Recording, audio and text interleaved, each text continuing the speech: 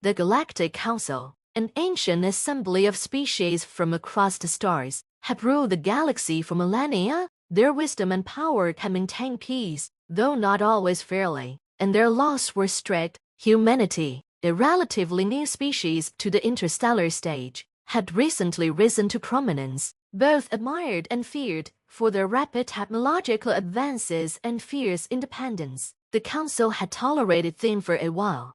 Tensions had been brewing for decades. Human colonies were expanding rapidly, encroaching on what the Council deemed protected systems. Humanity had protested the Council's trade restrictions, oppressive regulations, and constant surveillance. Despite repeated diplomatic warnings, humans continued to push the boundaries, defying the Council's authority.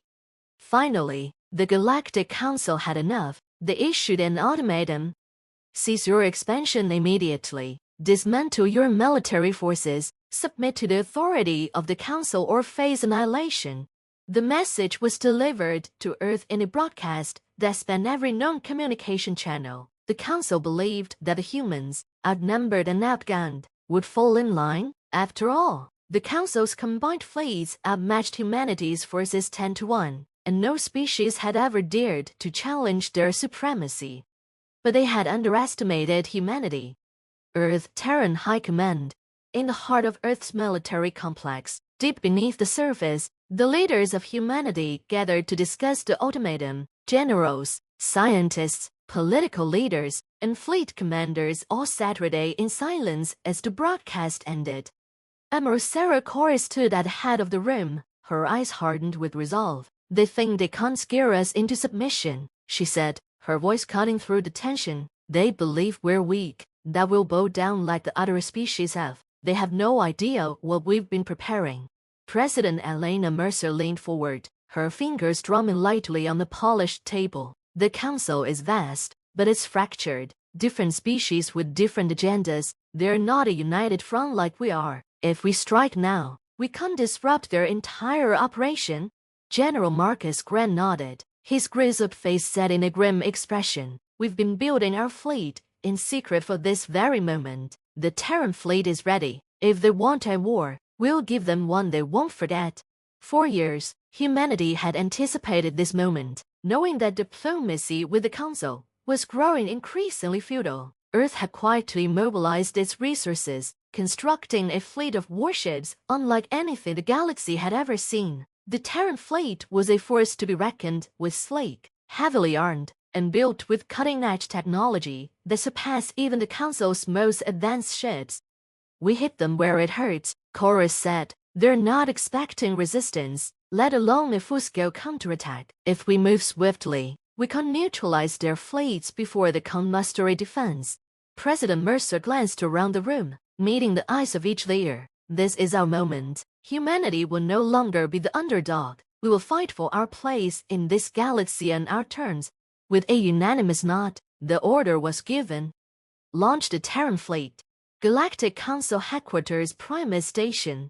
The Council convened in the Grand Chamber. It was adorned with the flags of hundreds of member species. Representatives from every corner of the galaxy debated amongst themselves, certain that the humans would capitulate within days. Some even predicted Earth would surrender without firing a shot. But then came the first reports.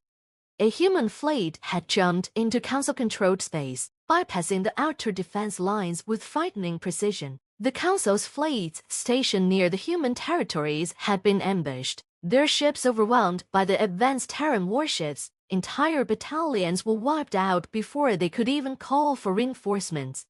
The humans had launched a coordinated assault across multiple fronts, hitting strategic Council outposts, shipyards, and military bases. The Terran fleet moved with terrifying speed and efficiency, striking with an intensity that sent shockwaves through the galaxy.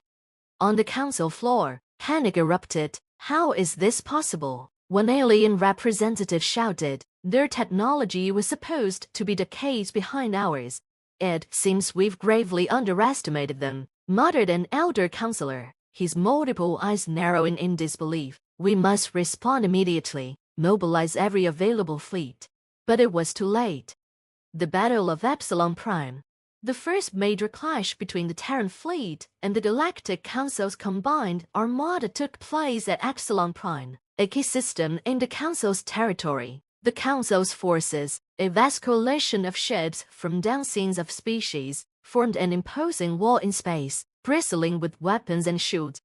The human fleet, though smaller in number, was disciplined and united. As the battle commenced, it became clear that the humans had not only caught up, technologically they had surpassed the Council's capabilities. Terran warships darted through the enemy lines with unmatched speed, their advanced shielding systems absorbing firepower that would have obliterated other ships. Their weaponry was equally devastating: hyper-accelerated railguns, energy lenses, and swarms of AI-guided missiles that tore through the Council's ships with surgical precision. Admiral Chorus led the charge aboard the TSF Victory, her voice steady over the fleet-wide comms. "Stay tight, stay focused, we've got them on the ropes, push forward." Despite their overwhelming numbers, the Council's forces struggled to adapt. Their ships, designed for show of force and intimidation, were no match for the ruthless efficiency of the Terran fleet. One by one, their ships fell, explosions lighting up the void of space. As the battle raged on, a chilling realization spread among the Council commanders: they were losing badly. Aftermath. The destruction of the Council's armada at Epsilon Prime sent shockwaves across the galaxy. News of the Terran fleet's victory spread like wildfire. Species that had long feared the Council's tyranny now saw hope in humanity's defiance. On Earth, celebrations erupted. Humanity had done the impossible. They had stood against the might of the Galactic Council and won. Panic reigned within the heart of the Galactic Council. Primus Station, the capital of intergalactic governance, was supposed to be the impenetrable fortress of the galaxy's rulers, a place of law and order. But now, chaos filled its hallowed chambers.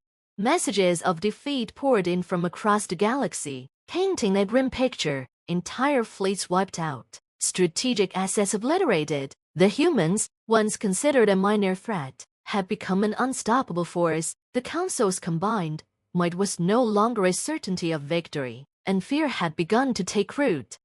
Councillor Zando, a towering insectoid from the Zerian Empire, slammed a massive claw on the table. "This is unacceptable. We have superior numbers, superior technology. How have these humans managed to defeat us so thoroughly?"